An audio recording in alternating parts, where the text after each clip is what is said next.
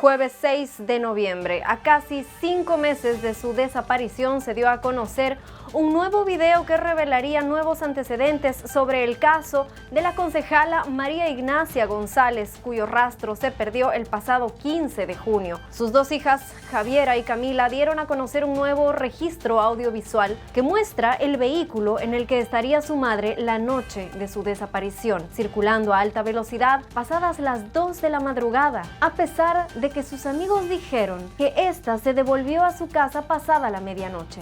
El video confirmaría la hipótesis de que a su madre la habrían secuestrado, ya que señalan que la concejala de 73 años no manejaba a alta velocidad y que el vehículo iba solo con luces neblineras. Incluso en otras cámaras se lograría percibir que iba con luces apagadas. Señalaron también que como familia mantienen la tesis de que su misteriosa desaparición fue un secuestro planificado, ya que su madre tenía un rol fiscalizador en la comuna de Villa Alegre, denunciando las distintas administraciones y que algunos vecinos les dijeron que había recibido antes amenazas de muerte. De esta manera comienza Portavoz Noticias.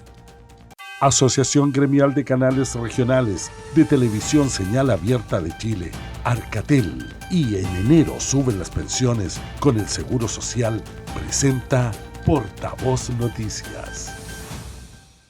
Autoridades dieron a conocer el balance que dejó el operativo Fortaleza 3, que tuvo su centro en Iquique y Alto Hospicio. Un trabajo coordinado entre Policía de Investigaciones y Carabineros en materia de migración, en la que fiscalizaron a personas en situación ilegal, incautaron drogas y armas. Les contamos en la nota de Iquique TV.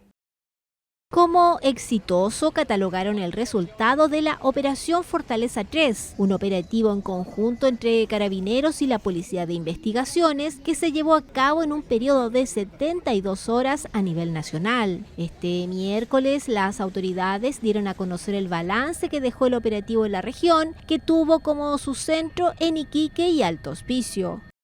Esta fue una operación en conjunto de ambas policías a nivel nacional. Entre ambas policías tuvimos un total de 115 detenidos, 60 de ellos en calidad de prófugos de la justicia. Tenemos números importantes que destacar hoy día, entre ellos más de 150 detenidos, o sea, más de 100 detenidos en este operativo, muchos de ellos por órdenes vigentes. Hay una incautación de armas de distinto tipo, de drogas, de cigarrillos, que también es algo que es permanente acá en la región. En materia de migración, en estos controles se detectó a personas que ya habían sido expulsadas del país. Más de 230 controles de identidad que se realizaron a extranjeros, más de 53 de ellos fueron denunciados a la autoridad administrativa por ingreso clandestino a nuestro país, sumado a 2 de ellos que registraban expulsión. Las nacionalidades varían entre venezolanos, colombianos, peruanos, haitianos. Y los expulsados corresponden a uno de nacionalidad venezolana y a otro de nacionalidad colombiana. También se desmantelaron puntos de venta y acopio de drogas y se incautó armamento. Logramos desbaratar 3 puntos de microtráfico que estaban afectando a la población. Logramos la incautación en relación a la ley de control de armas de 2 armas de fuego, 9 armas blancas, 2 cartuchos de munición. Se hicieron más de 2.200 controles preventivos entre ambas policías, más de 1.200 controles de identidad y 900 infracción, controles vehiculares, así que estamos bastante conformes. Hay un total de 73 infracciones al tránsito cursadas. Se hizo un trabajo importante también, una intervención en la toma de la mula, ¿cierto?, que encabezó la Policía de Investigaciones con nuestro apoyo. Tuvimos también vigilancia aérea durante esta intervención. Durante el transcurso del operativo también se hicieron presentes los fiscales adjuntos de Iquique y Alto Hospicio. En este caso, cada uno de los fiscales jefes estuvo a disposición al llamado de cualquier procedimiento más complejo que requiera las directrices y la dirección del Ministerio Público. Y de ser necesario, hay un equipo de fiscales que deberían haberse constituido en el sitio del suceso. En estos 2 días no se dieron hechos de mayor relevancia como para meritar la constitución, pero sí los fiscales estuvieron dando cuenta y respondiendo a los policías y carabineros directamente. Para nosotros como Ministerio de Seguridad Pública es importante mantener este tipo de coordinaciones entre las policías y también obviamente con el Ministerio Público para que exista un despliegue territorial importante. La comunidad agradece cuando nuestras policías están en las calles, cuando se está demostrando el trabajo que realizan, que muchas veces también es un poco más privado, más reservado. El operativo Fortaleza 3 logró a nivel nacional la captura de 2.495 personas, de las cuales el 85% pasó a control de detención. En total se fiscalizaron a 2.734 personas extranjeras, se incautó 452 kilos de droga y se sacó de circulación 81 armas de fuego. El Ministerio Público en Antofagasta se refirió a la favelización de campamentos, un fenómeno que se refiere a la expansión descontrolada de campamentos y asentamientos, que podría generar condiciones similares a las periferias brasileñas marcadas por la segregación, la informalidad y vulnerabilidad social. Antofagasta TV tiene la nota. Búnkeres, casas de tortura, espacios para almacenar droga y el control de bandas criminales son parte hoy de la realidad de los campamentos de Antofagasta, territorios en el cual el concepto de favelización de estas zonas ha tomado fuerza durante los últimos meses. Y una de esas prácticas que se han ido reproduciendo en nuestra ciudad tiene que ver con la favelización de nuestros campamentos. Esto es hacer campamentos que, con el objeto de mantener el control territorial, sean prácticamente impenetrables. Todos sabemos que hay campamentos, lamentablemente ha sido icónico el caso de Génesis 2, en donde sabemos que los vehículos llegan solo hasta cierta parte, que es prácticamente la entrada del campamento, pero que de ahí hacia arriba es imposible transitar en un vehículo y que los pasillos solo alcanzan para que transite una persona. Un icono de este fenómeno ha sido el campamento Génesis 2, en el cual en 2024 se detectó una banda colombiana que mantenía el control del lugar, siendo liderada por un sujeto que se hacía llamar como Zeus. Pese a lo anterior, al inicio de octubre de este año, se incautó más de 1 tonelada de droga, armas y municiones en el mismo campamento, el cual había sido pasado a ser controlado por una banda ecuatoriana. Aquí sería clave el poco acceso que existiría en el campamento que facilitaría el funcionamiento de estas organizaciones. Esas son las condiciones de favelización a la que me refiero y que son justamente las que son un factor de peligrosidad, ya que hacen imposible o dificultan tremendamente el control de los agentes del Estado y particularmente de las policías en esos territorios y permiten que organizaciones criminales se instalen ahí, controlen los territorios, extorsionen a las personas, cometan delitos. Con este panorama, estas organizaciones aprovecharían el creciente aumento de campamentos en la zona para instalarse en estos asentamientos, trayendo prácticas criminales desde otros países. El problema de la favelización de los campamentos tiene que ver con la vulnerabilidad social y la desigualdad social que tiene nuestra región, donde todos sabemos que los costos de habitación son tremendamente elevados en la región de Antofagasta y hemos visto cómo con el correr del tiempo muchos migrantes, y con esto hacer la distinción entre el migrante que viene a trabajar y el que viene a delinquir, no le queda otra alternativa que ya ni siquiera poder arrendar una pieza en el sector propiamente urbano de la ciudad, por ejemplo en Antofagasta, sino que no le queda más alternativa que irse a los campamentos. Sin embargo, a los campamentos no solo han llegado personas que vienen a trabajar, sino que han llegado personas que provienen de zonas que están vinculadas a actividades criminales como lo es Buenaventura, vinculada particularmente al tráfico de drogas. La autoridad destacó que con todas estas características que presentan estos asentamientos, se ha mantenido un trabajo policial con el fin de desarticular a estas bandas. Lo que hemos tratado de demostrar en estos años es que efectivamente, a pesar de las condiciones de favelización, a pesar de que para las policías es difícil entrar a los campamentos, sin embargo, hemos desarticulado ya varias organizaciones criminales, no solo de Colombia, sino que también de Venezuela, como fue el caso del Tren de Aragua en Cerro Benito, que justamente han ocupado este factor de dificultad para los organismos de persecución penal de instalarse en este tipo de campamentos. Cabe destacar que recientemente hizo noticia el allanamiento en el campamento Mujeres Cabeza de Familia, en el cual se encontró estructuras tipo búnkeres, las cuales se empleaban para el almacenamiento de droga. Además, recordar que estas pesquisas nacen a partir de la denuncia de un sujeto colombiano, quien estuvo secuestrado, presentando señales de haber sido víctima de tortura al interior de un inmueble ubicado en aquel campamento. Si bien valoran los operativos que se vienen realizando en la región, alcaldes de Chiloé manifiestan su preocupación ante el aumento de inseguridad que se ha incrementado en el archipiélago. Piden a la población denunciar hechos delictivos por los canales correctos, no por redes sociales. Vértice TV nos detalla. Con preocupación, los alcaldes de Chiloé ven cómo el índice de inseguridad ha aumentado en el archipiélago. La zona no escapa a uno de los flagelos que más inquietan a la ciudadanía a pesar de los esfuerzos policiales y anuncios del gobierno. Al menos se valora los operativos que se han efectuado por desbaratar las bandas que intentan ingresar diversos tipos de droga a la provincia. En la comuna de Quinchao, como también en la comuna de Castro y otros lugares, se han hecho y se siguen haciendo acciones para lograr sacar la droga de la isla. Pero esto sí requiere un trabajo mancomunado, no solamente de quienes hoy día tienen que investigar, como la PDI, Carabineros, sino que tiene también un trabajo desde la Asociación de Municipios a través de la seguridad, las juntas de vecinos, las organizaciones de la comuna y todo vecino que tenga información lo puede entregar. Los alcaldes señalan la necesidad que la comunidad colabore en denunciar algún hecho delictivo, pero no a través de medios que no corresponde.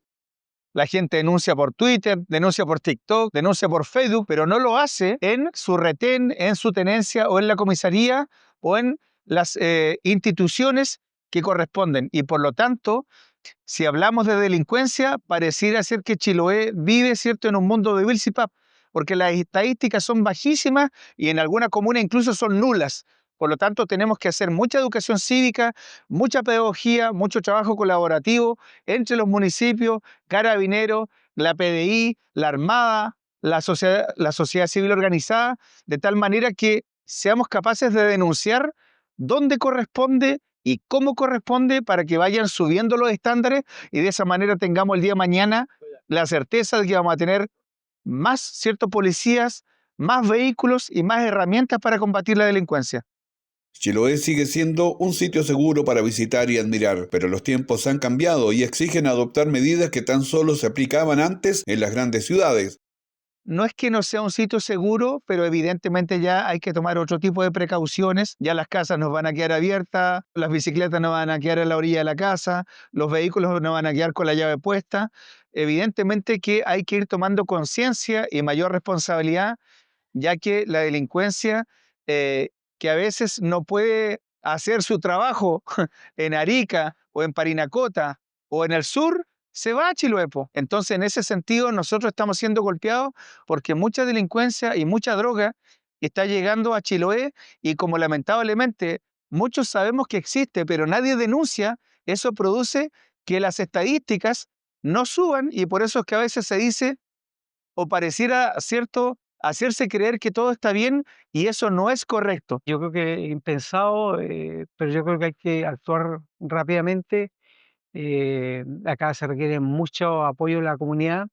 La comunidad sabe dónde está la gente que vende droga. La comunidad sabe quiénes están metidos en las drogas y la comunidad sabe y dónde lo podemos encontrar. Si nos ayudan, tengan la seguridad que esto no lo va a afectar a su familia, porque hoy día que un vecino venda droga es muy fácil que sus hijos que vienen al lado también puedan caer en el consumo. La Asociación de Municipios ha comprometido su máximo esfuerzo por apoyar el combate al tráfico de droga y la delincuencia. Junto a la comunidad y las policías, se espera recuperar la tranquilidad y seguridad que han sido la característica más importante del archipiélago. Si usted quiere planificar su jornada de viernes, acompáñenme porque vamos a revisar el informe del tiempo para este 7 de noviembre y partimos en el norte como siempre. La ciudad de Calama tendrá una temperatura muy baja de 1 grado, pero la más alta llegará a 24 y se espera un sol radiante y un cielo despejado, al igual que en Coquimbo. Sin embargo, la temperatura mínima será de 8 grados y la más alta de 21. En Linares, como pueden observar, tendrán el cielo parcialmente nublado. La temperatura más baja será de 8 grados y la más alta para esta jornada será de 22. Pero prepárense en Puerto Montt, saquen paraguas porque se esperan precipitaciones.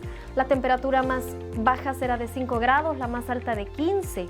En Quellón también se esperan lluvias con 6 grados como temperatura mínima. Y al igual que en Puerto Montt, la temperatura más alta será 15 grados. Veamos otras ciudades del país. Y después les propongo hacer una breve pausa, pero tenemos más información para ustedes en Portavoz Noticias.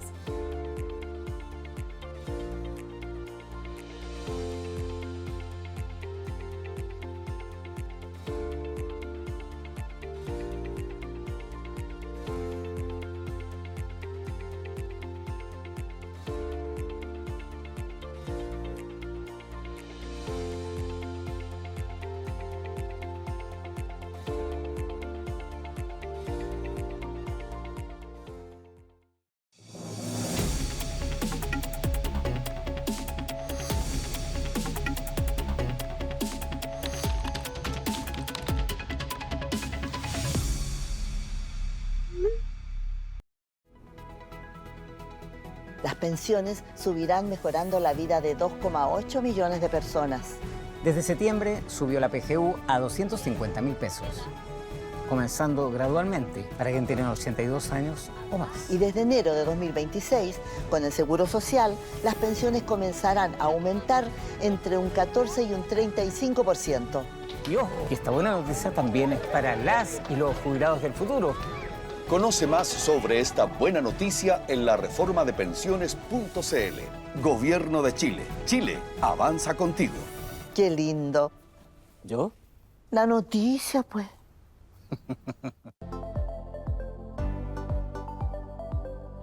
Ahora les damos la bienvenida a este espacio dedicado a la salud. Portavoz te cuida. Una de las actividades más placenteras y naturales es comer, pero para algunas personas esto conlleva a malestares como el reflujo, cuando los contenidos estomacales se devuelven desde el estómago hacia el esófago, causando acidez y otros síntomas.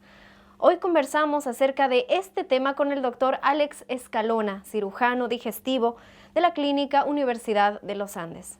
Doctor, gracias por estar junto a nosotros aquí en Portavoz. Muchas gracias a usted por invitarme. Doctor, me gustaría que primero nos explique qué es puntualmente el reflujo o reflujo gastroesofágico. Hay distintos tipos de reflujos. Claro, el reflujo gastroesofágico es la presencia o el paso de contenido gástrico hacia proximal, de vuelta hacia el esófago proximal o distal. Y es un proceso en general fisiológico y es normal hasta cierto punto. O sea, normalmente todas las personas sanas pueden tener episodios de reflujo o cierta cantidad de reflujo del estómago, de contenido del estómago hacia el esófago. Y eso hasta cierto punto, como decía anteriormente, es un proceso normal y fisiológico. Cuando la cantidad de contenido que refluye las veces de contenido que refluye durante algún periodo determinado es muy alto, sí podría transformarse este reflujo fisiológico normal en reflujo patológico. Y ahí es donde nosotros en medicina hablamos de enfermedad por reflujo gastroesofágico. ¿Es lo mismo el reflujo y la acidez? No es lo mismo. La acidez es un síntoma que normalmente los pacientes refieren. Nosotros le llamamos al síntoma acidez médicamente o en jerga médica le llamamos pirosis, que es la sensación de ardor como en la boca del estómago o un poco más arriba. Y la verdad es que la sensación de ardor o de acidez en esa zona obedece a muchas causas. Ciertamente, una de las causas frecuentes y más importantes es el reflujo gastroesofágico, pero hay otras enfermedades que también pueden tener como síntoma la llamada acidez o pirosis. De tal forma que alguien refiera síntomas de acidez o ardor en la boca del estómago, no necesariamente es sinónimo de enfermedad por reflujo gastroesofágico, y es por eso que es bien importante una buena evaluación médica para poder tratar de averiguar cuál es la causa de ese síntoma y de acuerdo a esa causa establecer un tratamiento adecuado. Nos centramos entonces en el reflujo cuando es ya una enfermedad, cuando es patológico, doctor. ¿A qué tenemos que estar atentos? ¿Cuáles son los síntomas? En general, los síntomas se dividen en dos tipos, los síntomas como más típicos gastrointestinales, que son, como decíamos anteriormente, pirosis, sensación de ardor en la boca del estómago, o acidez, como lo llaman muchas veces los pacientes. También puede haber dolor abdominal en la boca del estómago o detrás del esternón, hacia el esófago, hacia arriba. Todo esto producto de la inflamación del esófago que se inflama en respuesta al contenido muy ácido del estómago que se devuelve o refluye hacia el esófago distal especialmente. Y también existen otros síntomas que se llaman extraesofágicos, que también son causa de esto. Uno de esos es, por ejemplo, la tos. A veces el contenido del estómago vuelve hacia el esófago y a veces se devuelve hacia bien alto y se produce la regurgitación de contenido que volvió del estómago al esófago y el esófago pasa parte de ese contenido a la vía aérea y la vía aérea responde con reflejo de tos a la presencia de contenido refluido por reflujo gastroesofágico. Y esos son como los síntomas más habituales, síntomas que se llaman digestivo, esofágico y síntomas extraesofágicos principalmente. ¿Y estos síntomas podrían traer otro tipo de problemas a la salud, otro tipo de consecuencias, como por ejemplo problemas dentales? Claro, existen muchas consecuencias o complicaciones de la enfermedad por reflujo gastroesofágico y por lo tanto por eso es importante hacer un diagnóstico y hacer un tratamiento. Existen complicaciones a nivel del esófago, el esófago se puede inflamar y eso produce dolor o acidez o pirosis, ardor. Esa inflamación a veces puede producir incluso heridas, esofagitis, inflamación de la pared del esófago y eso además puede a largo plazo, si es que no hay un buen tratamiento, tener como consecuencias cambios en el interior del esófago, que son cambios que a largo plazo podrían aumentar incluso el riesgo de cáncer del esófago distal. Esas son una de las complicaciones directas del reflujo gastroesofágico en el esófago. Y también hay complicaciones fuera del esófago, más lejos del esófago, a nivel pulmonar, como decía anteriormente, hay pacientes que a veces pueden tener tos, especialmente nocturna, producto de regurgitación de contenido del esófago hacia la vía aérea. Puede haber infecciones pulmonares o bronquiales, bronquitis a repetición o neumonias incluso, producto de que se va contenido digestivo a la vía respiratoria y al pulmón. Y también puede haber complicaciones a nivel bucal. Una de esas son alteraciones de la dentición, producto de los cambios de la acidez de la saliva por regurgitación de contenido muy ácido que viene desde el estómago. Y muchas veces también hay complicaciones si son maxilofaciales. Por ejemplo, bruxismo podría ser también una complicación secundaria al reflujo, que es una respuesta como bien básica al contenido que refluye desde el estómago al esófago y el esófago hacia la faringe o hacia la boca. Doctor, me gustaría que desmitifiquemos, porque hoy en día la mayoría de las personas lo que hacemos es acudir a internet, ¿cierto? Googlear los síntomas y en realidad podríamos estar haciéndonos más daño. Hay alimentos que pueden ser, que nos ocasionan el reflujo. Tiene que ver el hecho de que comamos rápido, tiene que ver el hecho de que nos acostemos a dormir inmediatamente después de comer. La verdad es que el reflujo gastroesofágico es una condición o una enfermedad que está relacionada con alteraciones en el mecanismo de esfínter de la unión entre esófago y estómago, ¿de acuerdo? Cuando ese mecanismo no funciona perfectamente bien, se produce reflujo del estómago hacia el esófago con síntomas, molestias, etcétera. Y no es que comer tarde produzca reflujo. La gente que tiene reflujo tiene molestias cuando come comida en gran cantidad muy tarde o se acuesta inmediatamente después de comer, etcétera. Y de hecho, parte de las recomendaciones generales que se le hace a todos los pacientes cuando ya se les hace el diagnóstico, se sospecha que tengan reflujo gastroesofágico, es tomar una serie de medidas que permitan disminuir los síntomas de reflujo.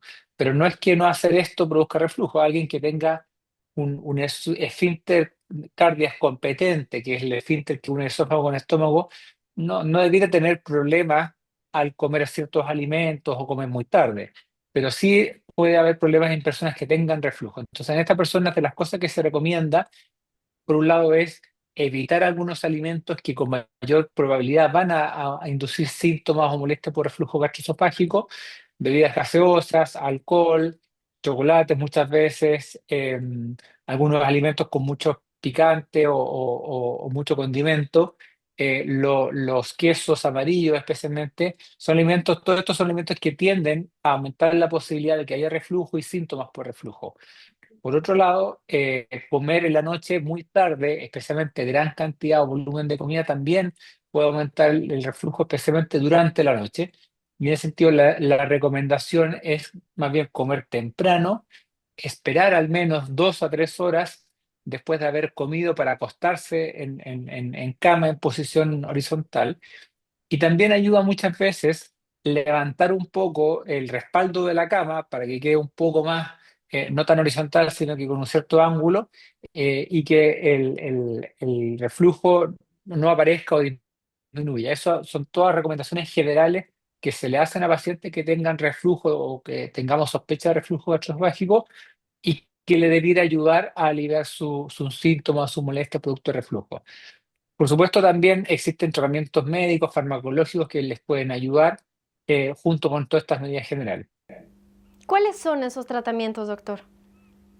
En general, los tratamientos para el reflujo gastroesofágico, en términos farmacológicos, son medicamentos que disminuyen fuertemente la secreción de ácido por parte de las células que están dentro del estómago y, por lo tanto, si es que sigue habiendo reflujo, pese a estas medidas, el contenido que refluya del estómago hacia el esófago va a ser menos ácido, va a ser menos sintomático, va a inflamar menos el esófago y va a ayudar a aliviar los síntomas. En general, estos fármacos disminuyen mucho y son muy útiles para los síntomas de inflamación, dolor, acidez o pirosis por reflujo gastroesofágico. Sin embargo, no logran frenar la regurgitación del contenido, el reflujo del contenido, y los pacientes que tienen como síntomas que sienten cuando les devuelve el contenido del estómago al esófago, lo pueden seguir sintiendo pese a que los medicamentos logran bajar la acidez. Porque hay síntomas que tienen que ver con la acidez del contenido y otros síntomas que tienen que ver con el contenido per se. Los síntomas, por ejemplo, de tos nocturna o síntomas de bruxismo dentales, pueden seguir algunos de estos, mantenerse pese al uso de medicamentos en forma adecuada. Pero las medidas generales inicialmente son las importantes, mantener las comidas bien temprano en la noche, en porciones más pequeñas, tratar de evitar algunos alimentos que aumentan el riesgo de reflujo y agregar medicamentos que disminuyen la acidez gástrica, eso durante un tiempo. En general, los tratamientos inicialmente se usan por algún tiempo corto, 2 a 3 meses en general se ve la respuesta al tratamiento, y si los pacientes logran alivio sintomático, muchas veces pueden seguir sin usar medicamentos, manteniendo las medidas de restricciones de algunos alimentos y las medidas de comer en la noche más bien temprano, carga pequeña de comida. Y hay pacientes que, pese a todo esto, persisten con síntomas y con molestias, y en esos pacientes puede ser necesario que mantengan un tratamiento con este tipo de fármacos ya de forma más crónica, a permanencia. Y eso también es importante evaluarlo, determinarlo con un equipo médico especializado, y esos pacientes también en general se recomienda que se hagan estudios endoscópicos ya para asegurar que estos síntomas que no están siendo bien controlados con estas medidas y con estos fármacos correspondan a reflujo o que haya signos de que haya efectivamente reflujo gastroesofágico y no haya otras causas que sean las que expliquen una mala respuesta a un tratamiento inicial. Doctor, le agradecemos muchísimo y hoy aprendimos realmente la importancia de acudir a un especialista, que esto puede tener realmente serias consecuencias. Muchísimas gracias por compartir sus conocimientos con nosotros. Muchas gracias a ustedes por la invitación, que estén muy bien. Ahí estábamos conversando con el doctor Alex Escalona, cirujano digestivo de la Clínica Universidad de los Andes, acerca del reflujo y de no tratarse a tiempo, todas las consecuencias que puede traer en nuestra salud. Muchísimas gracias por acompañarnos en este espacio que es Portavoz Te Cuida. Suben las pensiones con el Seguro Social. Desde enero de 2026, las pensiones aumentarán entre un 14 y un 35%, mejorando la calidad de vida de miles de personas mayores en todo el país. En enero comenzará el pago de los nuevos beneficios por años cotizados y compensación por expectativas de vida para las mujeres. Infórmate en lareformadepensiones.cl y chileatiende.cl. Una buena noticia para Chile. Gobierno de Chile. Chile avanza contigo. Las pensiones subirán mejorando la vida de 2,8 millones de personas. Desde septiembre subió la PGU a 250.000 pesos, comenzando gradualmente para quien tiene 82 años o más. Y desde enero de 2026, con el Seguro Social, las pensiones comenzarán a aumentar entre un 14 y un 35%. Y ojo, que esta buena noticia también es para las y los jubilados del futuro. Conoce más sobre esta buena noticia en lareformadepensiones.cl. Gobierno de Chile. Chile avanza contigo. ¡Qué lindo! ¿Yo? La noticia, pues.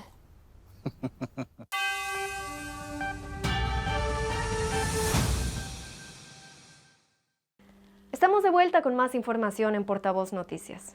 Muchas veces se desperdician productos que no pueden ser comercializados, ya sea por motivos estéticos o de etiquetado, pero son aptos para el consumo. Es por eso que en Punta Arenas se inauguró el primer banco de alimentos, Ecomercado Solidario. Además, beneficiará directamente a familias vulnerables y a personas cuidadoras. Le contamos los detalles en la nota de ITV Patagonia.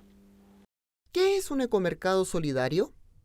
Bueno, es una especie de banco de alimentos donde las personas más vulnerables pueden acceder a productos que en el mercado tradicional a veces son rechazados a pesar de que están en buenas condiciones y aptos para su consumo. Como por ejemplo, el ecomercado que se inauguró este miércoles en Punta Arenas. La primera versión de Ecomercado Solidario acá en Punta Arenas está generándose bajo una inversión de aproximadamente 40 millones de pesos, los cuales se están poniendo a disposición de la Corporación Manos de Hermano como ejecutor para alajar la infraestructura y habilitar los espacios de ecomercado. Eso tiene que ver con mesones industriales, bicicooler, artículos que permitan refrigerar, generar cierta guarda y depósito de los bienes y los alimentos que se van a poner a disposición de la familia. Y también, de alguna manera, utilizamos virtuosamente la capacidad que es propia de la Corporación Manos de Hermano. El programa de ecomercado, que se ejecutará hasta junio de 2026, alcanzó una inversión total de 40 millones de pesos y beneficiará a personas en situación de vulnerabilidad de la capital regional. Aquí es donde nosotros recepcionamos la entrega de los donatarios y los colaboradores que nos traen alimentos perecibles, no perecibles, que en este caso son empresas, pymes, almacenes de barrio, fruterías. Así igual aprovecho de invitar a la gente que nos quiera colaborar, se puede unir también a nuestra red de apoyo. Y bueno, como pueden observar, son los alimentos que hemos logrado recaudar en estos poquitos días de inicio del programa. Y la idea es poder beneficiar a 300 familias y más, ojalá. Este ecomercado, ubicado en calle Cirujano Videla número 34, atenderá de lunes a viernes entre las 9 de la mañana y las 15 horas. Y hasta aquí llegamos en esta edición de Portavoz Noticias. Gracias por acompañarnos todos los días. Recuerden que la información de las regiones se encuentra también en nuestra página portavoznoticias.cl. Síganos también a través de nuestras redes sociales. Mañana nos volvemos a encontrar. Asociación Gremial de Canales Regionales de Televisión Señal Abierta de Chile, Arcatel. Y en enero suben las pensiones con el Seguro Social. Presentó Portavoz Noticias.